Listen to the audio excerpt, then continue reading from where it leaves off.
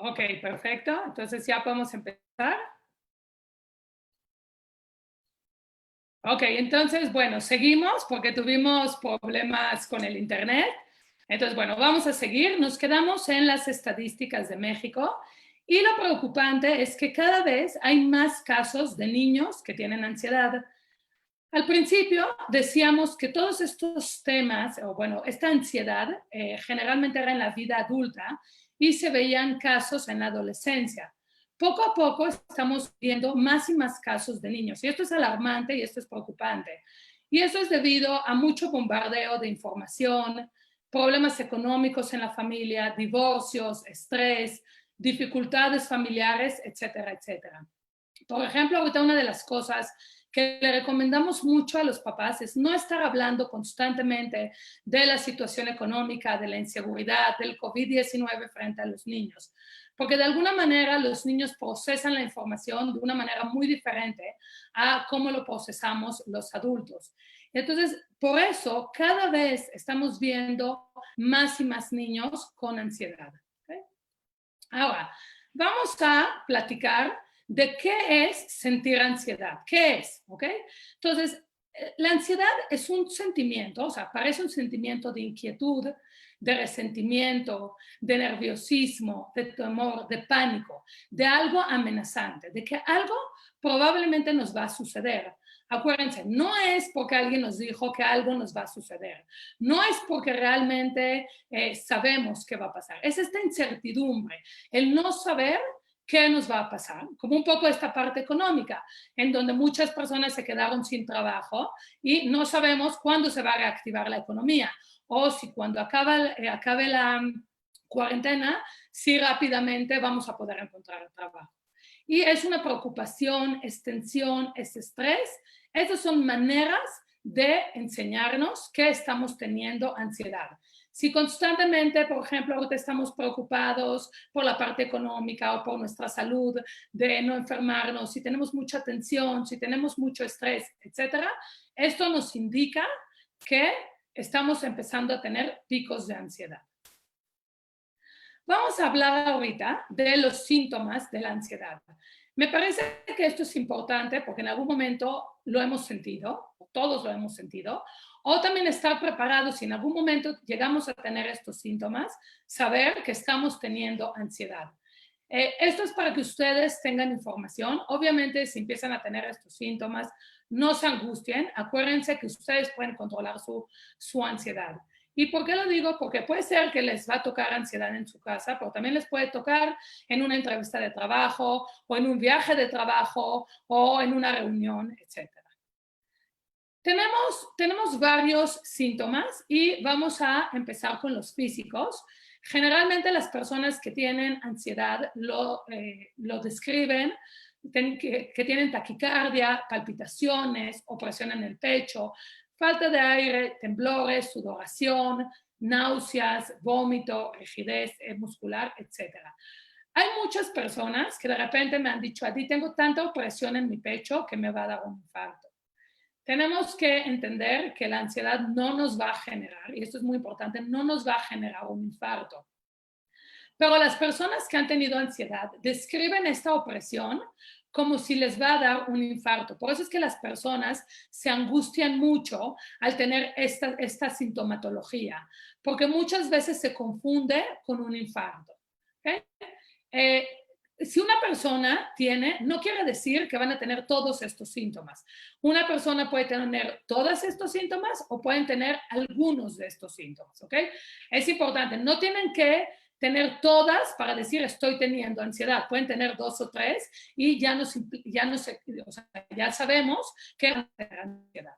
Hay factores psicológicos, que es mucha inquietud de lo que va a pasar, agobio sobre la situación, sensación de amenaza, ganas de huir, sensaciones de vacío, incertidumbre. Es esta parte de sentir que estamos perdiendo el control, que las cosas no dependen de nosotros.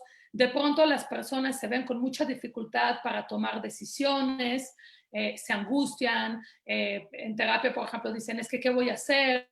No sé qué decisión tomar, me da miedo afectar a mi familia, etcétera. Porque en la vida tenemos que tomar muchas decisiones y muchas de ellas no nada más nos impacta directamente a nosotros, sino también nos impacta a nuestra familia.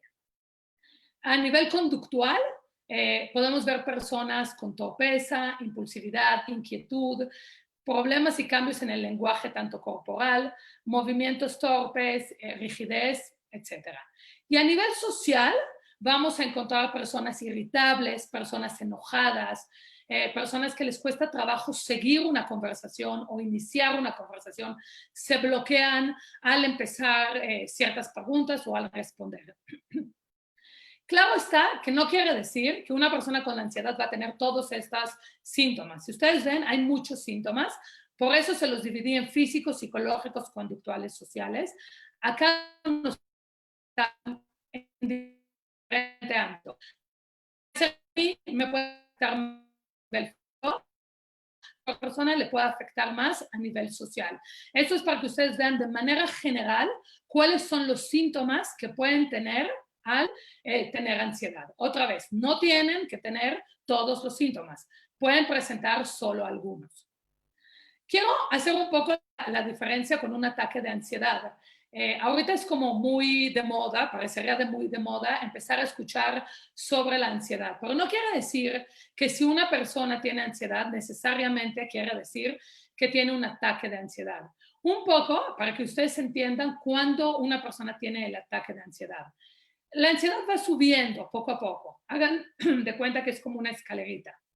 Cuando nosotros llegamos al punto más alto del ataque de ansiedad, de la ansiedad, es ahí cuando le da a la persona un ataque de ansiedad.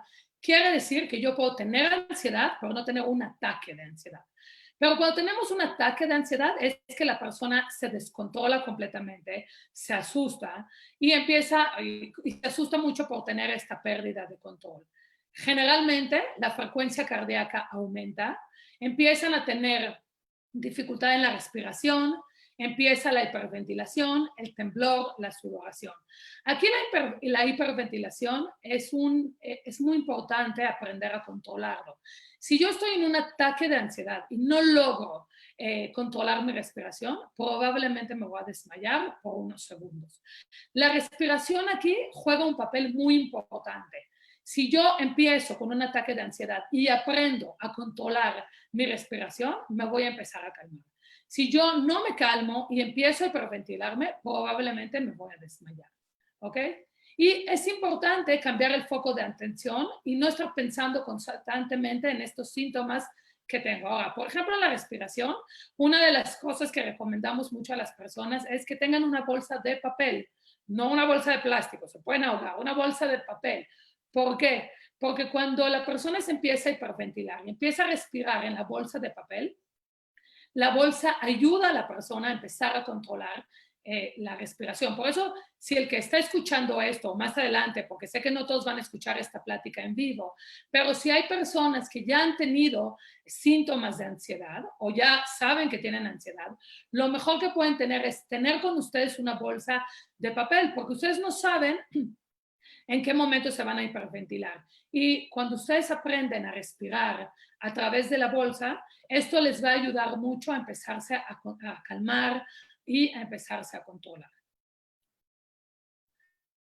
Vamos a ver cómo controlar la ansiedad, que este es un poco el objetivo de nuestra plática. Una de las recomendaciones puede ser que les ayude, puede ser que no. Igual si las personas que están oyendo esta plática, ya sea en vivo o ya sea después en la grabación, si necesitan más recomendaciones, más técnicas, siéntanse con toda la confianza de escribirme y con mucho gusto les contesto. Entonces, lo primero es que necesitamos informarnos qué es la ansiedad, entender la ansiedad, entender cuál es el origen y por qué estoy teniendo ansiedad, qué me está ocasionando a mí el tener ansiedad. La segunda es no reinterpretar el problema, ser realistas, no magnificar el problema. Muchas personas hacen una tormenta en un vaso de agua. Tenemos que decir, ok, esto es realmente grave, como estoy pensando, pueden agarrar una hoja, poner pros, poner contras de una situación y decir, esta situación realmente es tan grave como la estoy viviendo o la estoy exagerando. No, cuando nosotros agarramos un papel, una hoja, empezamos a escribir, eso nos ayuda mucho a tranquilizarnos, a calmarnos. La otra es desviar la atención del problema, estar alertas, sí del problema, pero entender qué sí está en mi control y qué no. Por ejemplo, ahorita en el tema económico que está atravesando el país, yo sé que el control sobre la economía de México, el control emocional, si quiero estar bien o no. Puedo tener el control si le voy a transmitir a mis hijos esta ansiedad o no. Eso sí puedo. Sí puedo usar diferentes técnicas para que cuando yo sienta ansiedad, a lo mejor salirme tantito de mi casa o si tengo un jardín, un patio, caminar, hablar con una persona que sé que me tranquiliza. Eso sí puedo tener el control. ¿Qué va a pasar con la economía de México? No, no sabemos, no podemos tener el control. Por eso tenemos que ser realistas y también entender qué sí puedo manejar yo y qué definitivamente no puedo manejar. La siguiente es interpretar los problemas como un desafío, no como una amenaza. Los chinos y en muchas culturas decimos que las crisis es una oportunidad. Quien tenga, quien pueda, los invito, hace un par de semanas hice una plática, y de hecho lo pueden encontrar en mi Facebook, de crisis a oportunidad. Aquí lo importante es que aprendamos desde un problema que tenemos, más allá de verlo amenazante, más allá de angustiarnos y de deprimirnos, usarlo como un desafío, como un reto, y encontrar estos problemas y esta crisis y convertirla en una oportunidad. Los chinos y estas culturas dicen, todo se puede arreglar menos la muerte. Mientras Dios nos dé vida, creo que podemos pasar cualquier dificultad que tenemos en la vida, siempre y cuando estemos dispuestos y siempre y cuando la situación, ahorita la cuarentena, el COVID-19, estoy segura que lo vamos a pasar bien, no sé cuándo, pero tenemos que empezar a poner en práctica nuestras herramientas para salir adelante y no deprimirnos por la situación. Hay muchas técnicas de relajación, el ejercicio es muy bueno para bajar, para disminuir la ansiedad, yoga, meditación, respiración, háganlo, les puede ayudar. No saben meditar, en YouTube, guiadas, ustedes les puede ayudar. Si ustedes meditan 5 minutos en la mañana, 5 les va a ayudar a bajar su ansiedad, les va a ayudar a bajar la ansiedad. Muchas personas que tienen ansiedad dejan de dormir, empiezan a tener insomnio.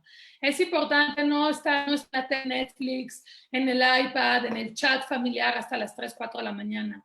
Oblíguense a dormir suficientes horas, comer alimentos saludables, tener una rutina. Ahorita una de las cosas que le he recomendado mucho de papás en adolescentes, y de hecho mañana también voy a dar en otra plataforma una plática sobre adolescentes en la antena. Una de las cosas que yo le pido mucho a los papás de mis pacientes es que los hijos, tanto nosotros como adultos como hijos, debemos tener una rutina. No importa si vamos a estar todo el día en la casa, es importante levantarnos, arreglarnos, vestirnos, tener horario de desayuno, comida, cena, tener un horario de en qué momento vamos a trabajar o vamos a hacer tareas, en qué momento vamos a tener una actividad familiar. Es importante tener la rutina. Tengo muchos adultos que me dijeron, muchas mujeres que me dijeron, pues sabes, si estoy en la casa no me quiero arreglar, no me quiero pintar. Les digo, sí, pero si tú te quedas sin arreglarte a las 4 o 5 de la tarde, cuando te vas en el espejo, te vas a empezar a deprimir poco a poco. Sí es importante que nos levantemos y que nos arreglemos. La realidad es que uno piensa que cuando nos arreglamos o cuando nos maquillamos, lo hacemos para las demás personas. Y la realidad es que no. Uno se arregla, uno se maquilla, uno lo hace por sí mismo. Yo les comparto, yo desde que empezó la cuarentena me puse con regla que yo me levanto en la mañana, me baño, me arreglo, me maquillo, lo que sea. ¿Por qué? Porque tengo 2 hijos. Y para mí, mis hijos me vean bien. Si yo estoy desarreglada, si yo estoy fachosa, es algo que les estoy transmitiendo. Y empiezo a transmitirles mi angustia, mi preocupación. Yo me lo puse como regla, que desde que me levanto en la mañana me arreglo, y también se lo puse a mis hijos, desde que se levantan, se cambian, se bañan, se arreglan y entonces empiezan las actividades. La rutina es importante. Claro está que con adolescentes generalmente van a preferir estar más en su cuarto, en redes sociales que con la familia, pero busquemos momentos en donde podamos compartir en la familia, donde podamos tener una actividad todos juntos. ¿Okay? La siguiente es salir de casa. Ahorita pues obviamente no vamos a salir de casa.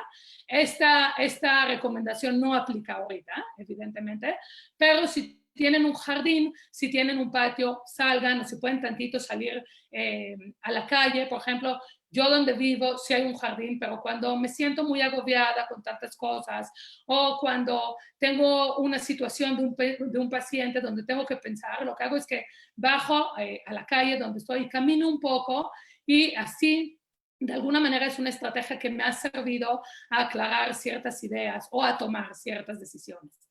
Hacer ejercicio, hablar con familiares y amigos que nos ayuden, que nos bajen esta ansiedad. Si ustedes tienen un familiar que les genera mucha ansiedad y mucha angustia, yo les diría, aléjense.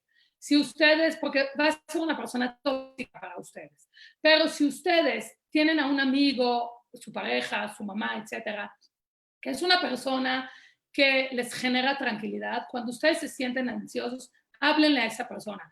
A veces hablar con estas personas nos ayuda mucho a calmarnos y a tranquilizarnos. Y lo otro que es muy importante, que creo que todas las personas que hemos estado dando pláticas, lo hemos dicho, es no estar pendientes 24/7 sobre los noticieros. Los noticieros no van a cambiar y entre más estemos pendientes de qué pasa, cuánta gente se murió, no se murió, nos vamos a angustiar y si estamos angustiados vamos a angustiar a nuestros hijos. No es necesario estar en el noticiero y tampoco es necesario con nuestra pareja estar hablando todo el tiempo sobre el COVID-19 frente a nuestros hijos. Entonces, libérense un poco de las noticias. Yo no digo que se desconecten completamente, pero estar pendientes 24/7, más allá de tenerlos informados, lo único que va a hacer es que les va a generar mucha ansiedad, mucho estrés, mucha angustia. Y acuérdense de una cosa, nosotros como papás somos el reflejo de nuestros hijos.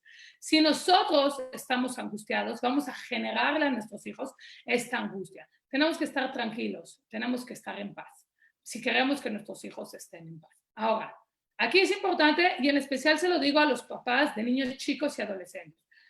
Si nosotros de pronto estamos viendo que nuestros hijos están ansiosos, son agresivos, no quieren comer o no duermen bien, etcétera, y no estamos pudiendo ayudarles a manejar la ansiedad, busquemos un profesional. Busquemos, porque también nosotros como papás llegamos hasta un límite. No todos somos psicólogos y no todos sabemos cómo manejar esta ansiedad. Acérquense a personas que les pueden aconsejar. Hay psicólogos, hay coach, etcétera, que les pueden aconsejar y darles técnicas de qué hacer con sus hijos en caso de que presenten ansiedad. Por último, vamos a hablar de las recomendaciones y con eso voy a dejar de compartir la pantalla para ver si hay preguntas. Algunas preguntas me las van a pasar en el Zoom. Los que están en Facebook, si en este momento no los voy a poder contestar, no se preocupen. Una vez que termine la plática, yo me voy a meter y les voy contestando a todos. De igual manera, me pueden buscar en mi Facebook, que es Adit Saban, me pueden escribir. Siéntense con toda la confianza, si necesitan estrategias, si necesitan recomendaciones, para eso estamos ahorita, para ayudarnos entre todos. Entonces, las recomendaciones es, bueno, hacer ejercicio, dormir bien, mejorar hábitos alimenticios, tener un sentido del humor, no ver todo negro. Hay muchas tonalidades de gris. Busquemos estar contentos, busquemos momentos agradables con nuestra familia. No todo esto. Dios, muchos tenemos salud, tenemos familia, tenemos gente que nos quiere, tenemos que también lo bueno que tenemos en esta vida, no todo es negro. Meditar, distraernos con ciertas cosas. Hay personas que han empezado a escribir, hay personas que leen mucho, hay personas que escuchan música.